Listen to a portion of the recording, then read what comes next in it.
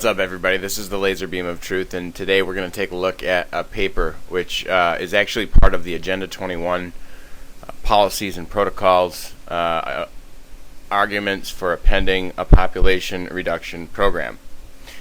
This page or this document can be found if you do a quick Google search for Agenda 21 500 million. It's one of the top searches. It is a PDF document entitled WP0607, and this is the third time I've downloaded it because I lose it on my computer. Anyways, this basically is a 48-page essay on all the reasons why a population reduction program is a necessary aspect, according to the UN, for Agenda 21, which is the agenda for the 21st century.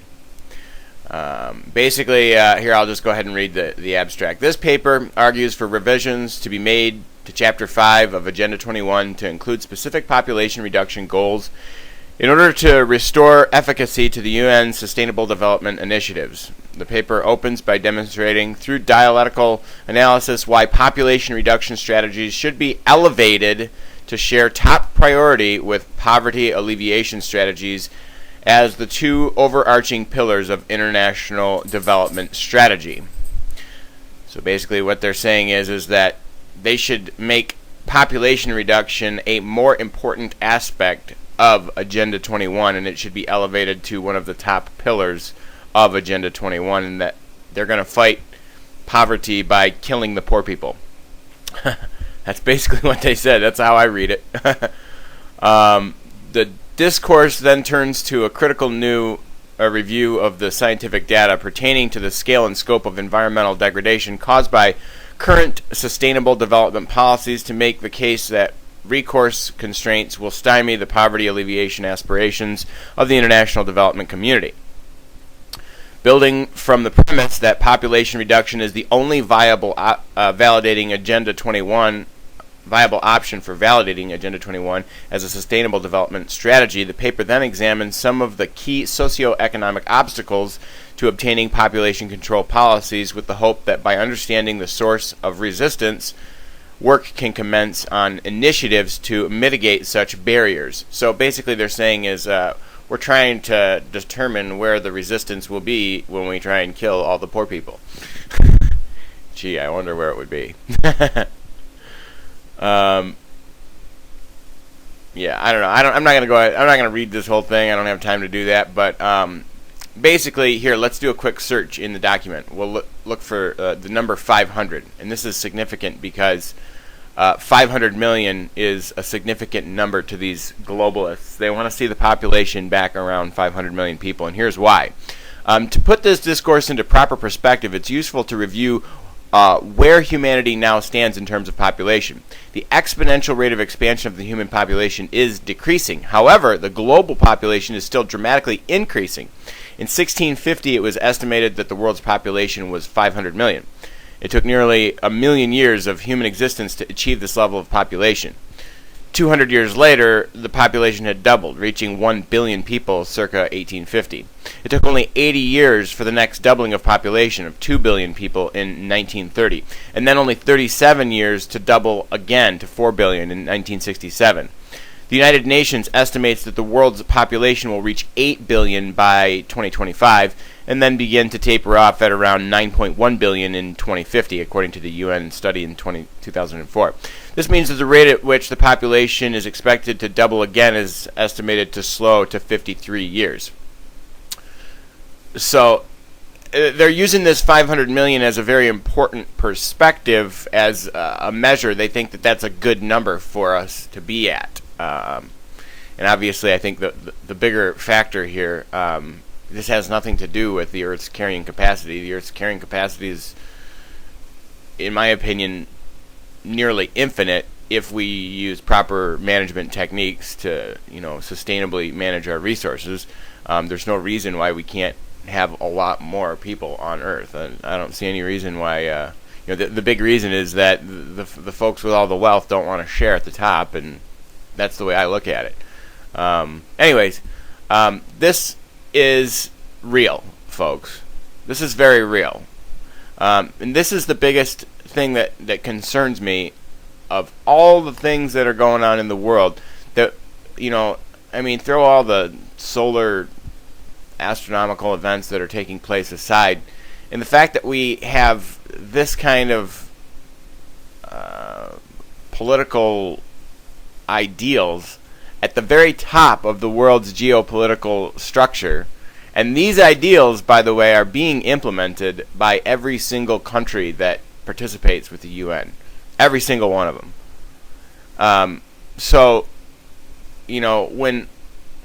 When you see stories like, there may be a big, huge solar storm coming, or maybe some massive, traumatic global event may be taking place, but yet mainstream media is not reporting on it, there's a reason for that. And that reason is 14 out of 15 people are not intended to survive in the future.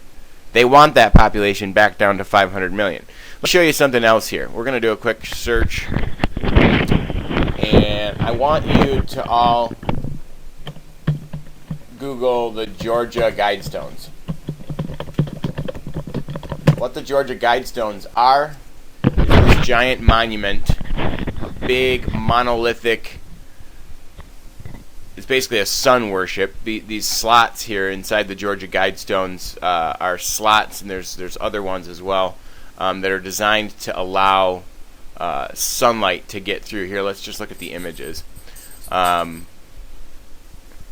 This is basically, sunlight goes through this hole through here and then through there, and basically this is a big, huge solar worshipping, aka Luciferian structure.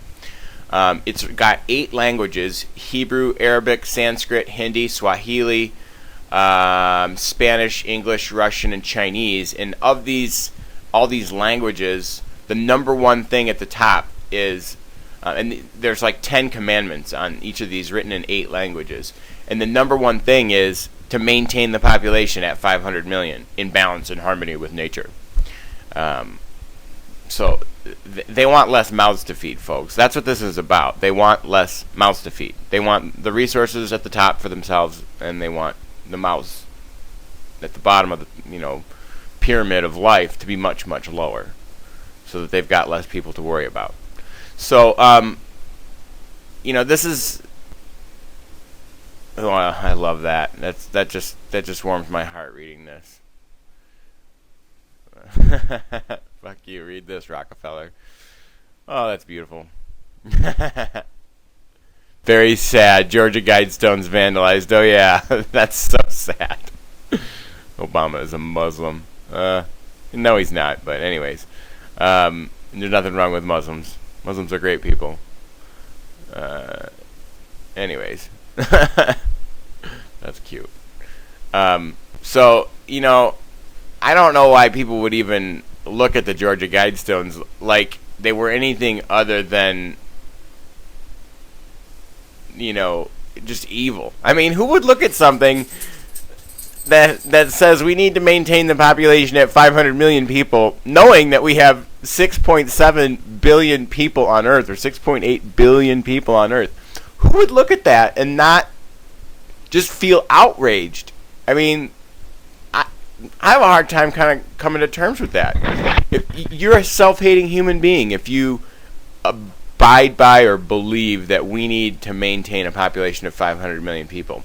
And let me ask you this. If you truly believe that the Earth's carrying capacity is 500 million people, are you willing to put a bullet in your own brain pan to alleviate you from this Earth? Because I'm not. I don't want to die. But somewhere, somehow, approximately 14 out of 15 people have to meet their maker in order for this concept of we human beings being too many for Earth's resources to fly. For the Georgia Guidestones to fly, 93% of all human beings on Earth have to die. So, and again, this is supported in Agenda 21. This is their stated goal. This is not shit I'm making up, folks. This is real. So, yeah, I just kind of wanted to point this out. Just kind of wanted to get your take on it. This is not the full Agenda 21 book. This is just arguments for appending the population program. This is what they're saying. These are reasons why they need to make it more important, a higher part of the strategy. According to Scott Valentine, Lee Kwan, Youth School of Public Policy, the National University of Singapore. According to these people, who are part of the UN, I'm sure. I'm sure this was a study that was commissioned by the UN. But according to these folks, that's what we need. We need to put population reduction at a higher pillar. Well, I'm just curious to know how we're going to get there. I mean, okay, let's say we don't involve killing anybody and waging any wars to kill people. What are they going to do? Sterilize the bottom 96% of the population and wait for them to die? It's just you can't think of any way that you could reduce 96% of the people on Earth without involving mass genocide, and that's the problem I have with it. These people, they want to say, they want to claim, the green movement is important, and we've got to take care of Earth, and we're just too many people. And I say that's just nonsense, and it's more about control of the population, control of the masses, than it is about caring for Mother Nature and caring for the Earth. I believe in my heart that the most important thing is to have mercy on everyone. And that means not to commit genocide. And that means not to, alter whatever God's plan is for, human population. If we run out of room and space and resources, then so be it. Then obviously that's something we're going to have to address and we're going to have to deal with. But I personally will never abide by the UN's agenda to reduce the population by 96% or 93% of the people on Earth. That's just, it's evil, and it's absolute lunacy for those of you who are quote-unquote green and environment protectors who think that by protecting the environment that we need to reduce the population. If you believe that, again, go find yourself a gun and do us all a favor, because I don't want to die. Anyways, that's all I wanted to point out here. Laser Beam of Truth, signing out.